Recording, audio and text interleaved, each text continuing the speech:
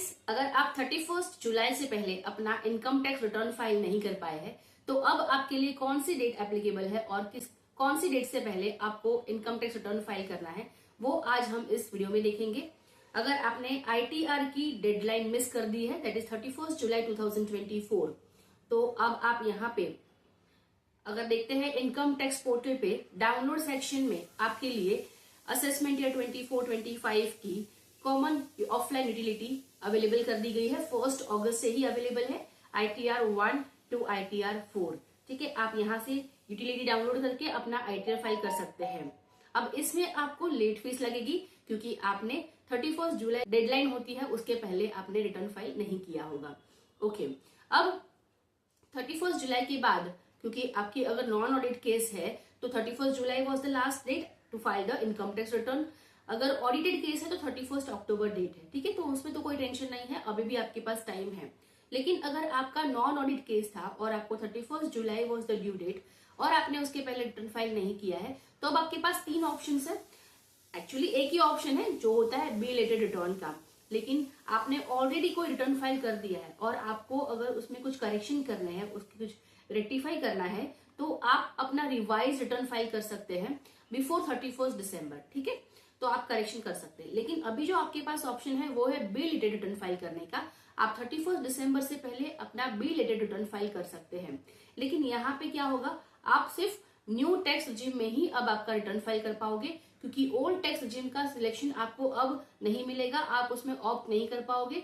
31 जुलाई से पहले आपको इसके लिए 10IEA करके एक फॉर्म फाइल करना था और उसके ही थ्रू आप ओल्ड टैक्स रिजीम सिलेक्ट कर सकते थे जिसकी ड्यू डेट 31 जुलाई ही थी। तो अब आपके लिए वो फॉर्म भी अवेलेबल नहीं होगा, इसलिए आप ओल्ड टैक्स रिजीम में अब अपना रिटर्न फाइल नहीं कर पाओगे। आपको कंपलसरी न्यू टैक्स रिजीम में ही फाइल करना होगा।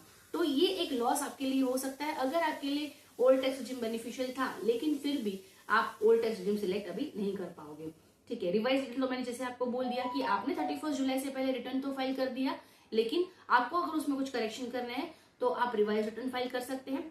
और थर्ड ऑप्शन है ITR U।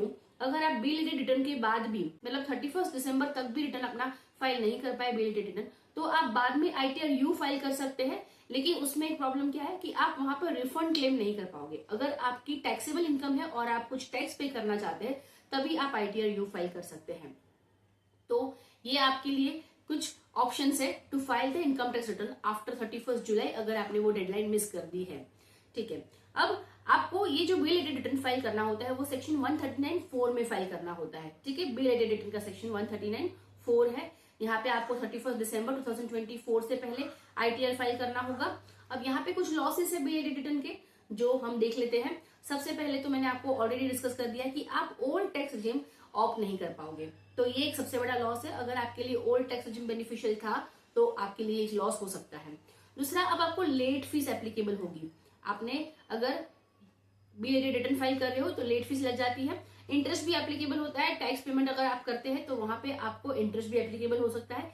लेकिन लेट फीस के बारे में हम यहाँ पे बात कर लेते हैं कि अगर आपकी इनकम लेस देन 3 लाख है, मतलब आपकी जो बेसिक एग्जम्पशन लिमिट है उससे इनकम कम आती है तो आपको कोई लेट फीस नहीं आती है। लेकिन अप टू 5 लाख अगर आपकी इनकम है तो आपको लेट फीस 1000 की पे करनी पड़ेगी।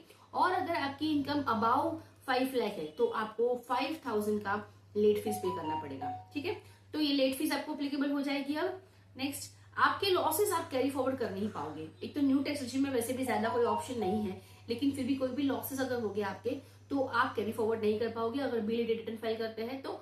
और नेक्स्ट, रिफंड आपका डिले होगा। अगर आपका रिफंड आता है तो आप इसमें डिले करोगे क्योंकि आपका बी रिलेटेड रिटर्न फाइल है तो प्रोसेसिंग में टाइम लग जाएगा और आपको रिफंड भी लेट मिलेगा। तो ये कुछ लॉसेस है बी रिलेटेड रिटर्न फाइल करने के, इसलिए सब प्रेफर करते हैं 31 जुलाई मतलब ड्यू डेट से पहले ही अपना ITR फाइल करें। अब ये ITR कैसे फाइल करना है उसकी वीडियोस आपको मेरे चैनल पे मिल जाएगी।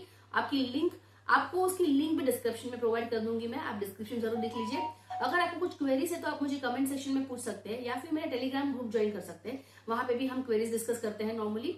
और मेरा एक नया कोर्स मैं लॉन्च कर रही हूँ अकाउंट्स फाइनलाइजेशन पे। अगर आप फाइनलाइजेशन सीखना चाहते हैं, आपको बेसिक अकाउंटिंग पता है लेकिन आपको फाइनलाइजेशन के बारे में नहीं पता है और आपके बॉसेस या सीनियर्स आपको नहीं सिखाते हैं कि कैसे फाइनलाइज किया जाता है, तो आप मेरा ये कोर्स बाय कर सकते हैं जस्ट फॉर ₹199, जहां पे हम ये सारी चीजें कवर करने वाले हैं। Deferred tax, provision for tax, फिर और भी बहुत सारे एडजस्टमेंट्स ईयर एंड में कौन से होते हैं, ईयर के बिगिनिंग में कौन से एडजस्टमेंट्स होते हैं, प्रीपेड एक्सपेंस या फिर अक्रूड एक्सपेंस, अक्रूड इनकम, उन सारी चीजों को हम डिस्कस करेंगे ये कोर्स में। और मैं यहाँ पे आपको 1 मंथ का व्हाट्सएप सपोर्ट भी दे रही हूँ, जहाँ पे आप अपनी फाइनलाइजेशन रिलेटेड क्वेरीज भी मुझे पूछ सकते हैं। आपकी कंपनी की या आपके क्लाइंट्स की भी फाइनलाइजेशन आप कर सकते हैं क्वेरीज पूछ के।